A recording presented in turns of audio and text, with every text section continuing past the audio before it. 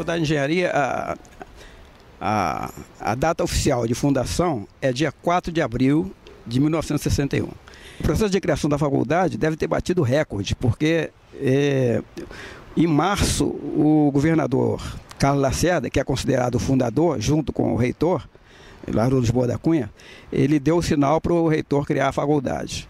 E então a reitoria preparou a documentação, mandou para Brasília, e em maio já saiu o decreto do presidente Jânio Quadros autorizando o funcionamento da faculdade.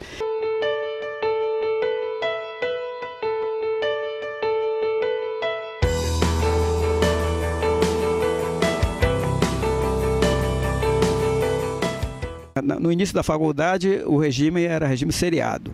Então, o aluno que não passasse alguma dependência, ficava em algumas disciplinas, se tornava dependente e no ano seguinte pagava aquelas disciplinas. Então, isso tinha a vantagem que as turmas eram muito unidas, porque os alunos entravam juntos no vestibular e permaneciam juntos até a formatura. E isso criava um espírito de corpo muito forte. Talvez por isso que a própria Revolução e a época, os dirigentes da época optaram pelo regime de crédito, que era até um meio de esvaziar um pouco esses movimentos estudantis da época. Teve um aluno da engenharia e eles foram prendê-lo e morava em Copacabana, era no andar alto que ele morava. Aí a polícia disse que ele se atirou da... Ah, é? Se atirou nada, empurraram o cara, jogaram ele lá de cima, né?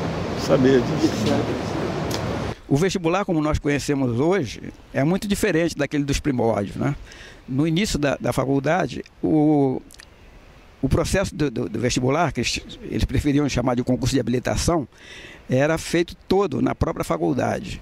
Então, a faculdade escrevia os candidatos, elaborava as listas, elaborava as provas, aplicava as provas, corrigia, dava o resultado, fazia a matrícula, fazia todo o processo.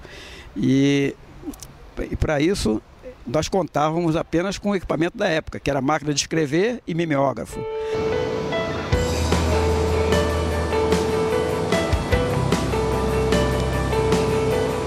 As provas eram todas discursivas, e então os professores tinham que corrigi-las com um prazo curto, porque os alunos precisavam do resultado para poder prosseguir nas outras provas. Então era comum os professores que corrigiam as primeiras provas de matemática, física, virarem a noite corrigindo provas. Tivemos até um caso do professor Coscarelli, que foi o professor número 1 da faculdade, porque deu a primeira aula do primeiro dia. Ele corrigindo uma prova de vestibular, aí já ali no pavilhão Haroldo de Lisboa da Cunha, ele, alta madrugada, já cansado, foi erguer os braços e tocou um ventilador que estava ligado atrás dele. Ele dilacerou um dedo e teve que ser atendido no hospital. Então era costume dizer-se na época que o Coscarelli foi o professor que deu realmente o sangue pela universidade.